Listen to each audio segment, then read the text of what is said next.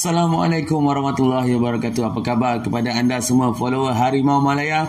Kita jumpa lagi hari ini untuk macam biasa sesi preview perlawanan-perlawanan pilihan untuk Piala Dunia 2022 di Qatar. Dan hari ini kita bawakan kepada anda perlawanan melibatkan Grup H, iaitu antara Korea Selatan menentang pasukan dari benua Afrika, Ghana.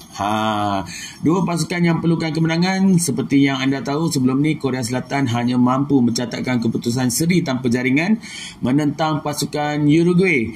Walaupun boleh dikatakan pada perlawanan itu mereka ada beberapa chance yang boleh dimanfaatkan untuk menang, tapi mereka gagal menyudahkan. Dan stat akhirnya sangat mengecewakan kerana Korea Selatan didapati gagal mencatatkan sebarang percubaan tepat ke pintu gol Uruguay. Apapun positifnya daripada perlawanan tersebut adalah mereka mengekalkan rekod clean sheet mereka dalam 4 perlawanan terakhir. 3 game berakhir dengan clean sheet. Jadi kat situ nampak kejituan pertahanan pasukan Korea Selatan. Manakala bagi Ghana pula, mereka tewas kepada pasukan pilihan iaitu Portugal. Walaupun tewas, ramai yang memuji corak permainan mereka disebabkan serangan yang bertali arus, yang kreatif. Mereka berjaya menjaringkan 2 gol dan hampir sebenarnya dapat mengejutkan pasukan Portugal. Kalaulah chance akhir minit tu daripada Inaki Williams, dia dapat rampas bola daripada keeper Portugal tu, tapi malangnya jatuh pula. Tapi kalau dia dapat skor tu, wow, dia memang boleh katakan keputusannya lain lah, sama ada seri ataupun mungkin boleh menang. Untuk rekod head to head antara Korea Selatan dan Ghana ni, kalau ikutkan dalam era milenium ni, mereka ada bertemu sebanyak 4 kali dan 3 perlawanan dimenangi oleh Ghana, hanya 1 perlawanan dimenangi oleh Korea Selatan. Dalam sejarah World Cup pula, kedua-dua pasukan ni akan bertemu pertama kalinya pada malam ini. So tak ada rekod lagi lah. So untuk mereka berdua, paling last game adalah pada 2014 International Friendlies, di mana Ghana menang dengan jaringan 4-0. Wow. Okey, Team News, ada tak apa-apa berita tentang kondisi pasukan? Okey, kita mulakan dengan Camp Korea. Dilaporkan Song Heung-min akan terus menggunakan face mask dia untuk melindungi muka dia yang mengalami fracture sebelum kejohanan bermula. Untuk pertahanan kental mereka, Kim Min-jae yang beraksi untuk Napoli, dikabarkan belum cergas lagi, tapi pasukan medical mereka akan terus melakukan pemantauan saat akhir dan berharap sangat dia dapat diturunkan sebab kekentalan dia di barisan pertahanan sangat ditagih oleh pasukan. Manakala ramai yang tertanya tentang penyerang Hwang Hee-chan, mana dia? Tak dapat main kan sebab Camp Korea mengesahkan bahawa dia masih belum available dan paling cepat pun dia dapat diturunkan adalah pada knockout round nanti. Itu pun kalau mereka layak lah. Jadi kita harapkan Korea dapat layak supaya dapat lihat aksi penyerang Wolf ni di Korea Selatan. Untuk pasukan Ghana pula, berita baiknya adalah kesemua player yang dibawa berada dalam kecergasan sempurna dan mereka semua tak sabar untuk beraksi menentang Korea. Bercakap kepada media, jurulatih pasukan Ghana iaitu Otto Addo, dia ditanya tentang perlawanan lepas apa yang dapat mereka pelajari, dan dia kata kami bermain baik menentang Portugal, cuma mereka kurang bernasib baik. Mungkin pada publik melihat mereka telah kalah, tapi dia dan tim menganggap mereka sebenarnya telah belajar sesuatu, dan apa yang dipelajari adalah, of course, mereka perlu memperkemaskan barisan pertahanan dan mereka perlu lebih cepat dalam melakukan serangan. Kat situ ada, maksudnya dia seorang yang positif dan ambil poin-poin tersebut untuk memperbaiki pasukan, satu attitude yang baik. Tapi ada satu soalan panas juga daripada wartawan yang hadir di sidang media. Dia tanya, kalau ikutkan edisi lepas, pasukan Afrika pun tak ada yang pergi jauh, dan kalau tengok edisi kali ini, kemungkinan perkara yang sama akan berlaku. Apa komen daripada Otto Addo? Dia kata agak tak adil untuk berkata demikian, sebab kalau ikut keseluruhan negara Afrika ada 55 negara dan spot yang diberikan hanya 5 spot, agak tidak adil. Maybe kalau tak dapat spot yang banyak seperti Eropah, sekurang-kurangnya mereka perlukan spot lebih, dan dengan penyertaan lebih, of course, peluang untuk pasukan-pasukan Afrika buat catatan lebih baik adalah lebih tinggi. Tentang apa yang dijanjikan untuk perlawanan esok bagi pasukan Ghana, Otto Addo mengatakan bahawa dia janjikan Ghana akan turun sebagai sebuah pasukan yang sangat passionate dan bersemangat, akan terus mengejar bola dari minit pertama sampai ke whistle penamat. Okey, untuk pasukan Korea pula dihadiri oleh jurulatih mereka iaitu Paulo Bento.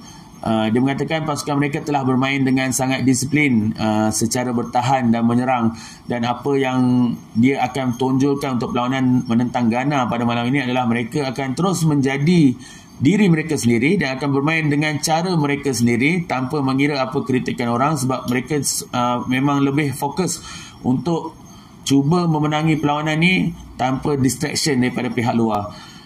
Dia juga mengakui bahawa Ghana adalah sebuah pasukan yang pantas menyerang, jadi mereka akan cuba menguasai proses transisi pasukan Ghana daripada pertahanan kepada serangan.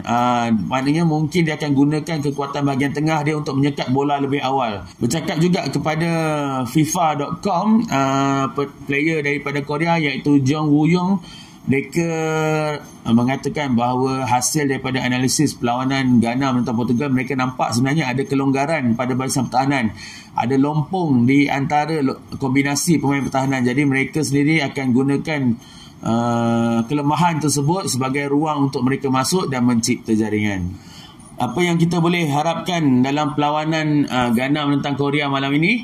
Of course, bagi pihak Ghana mungkin mereka akan mengekalkan gandingan dua striker mereka iaitu Inaki Williams dan Andrew Ayew, sebab kalau ikut perlawanan menentang Portugal tu mereka beraksi dengan baik.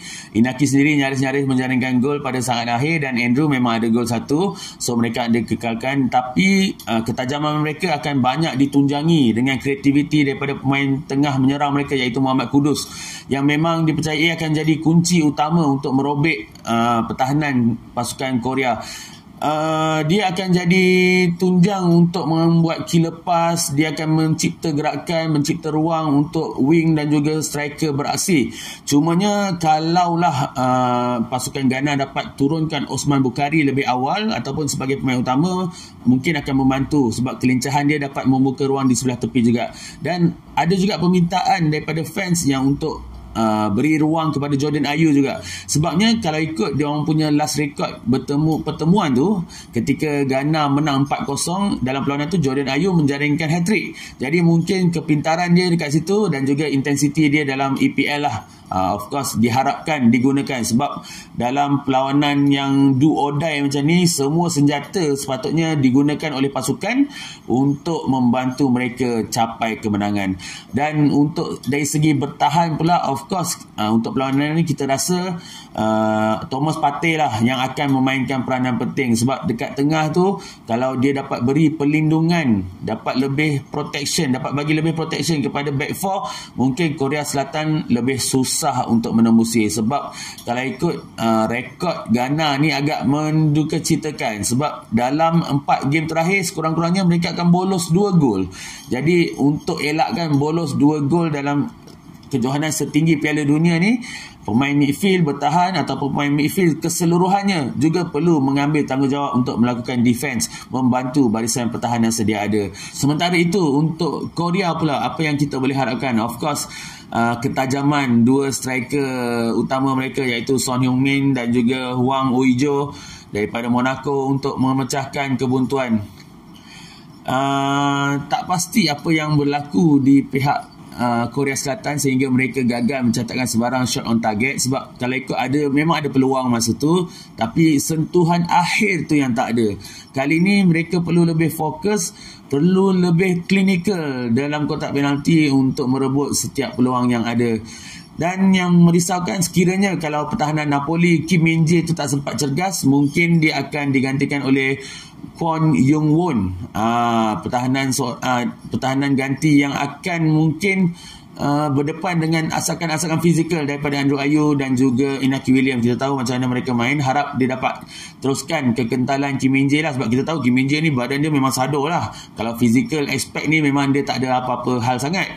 So harap kombinasi itu kekal mantap, kekal padu supaya dapat kekang Ghana daripada menjaringkan gol.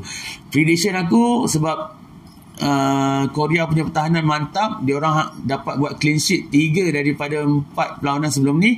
Aku rasakan yang Korea mungkin dapat mengekalkan rekod tanpa bolos, tapi untuk menang mungkin hanya dengan satu jaringan. Jadi aku menjangkakan keputusan perlawanan pada malam ini akan berakhir dengan kemenangan untuk Korea dengan jaringan 1-0.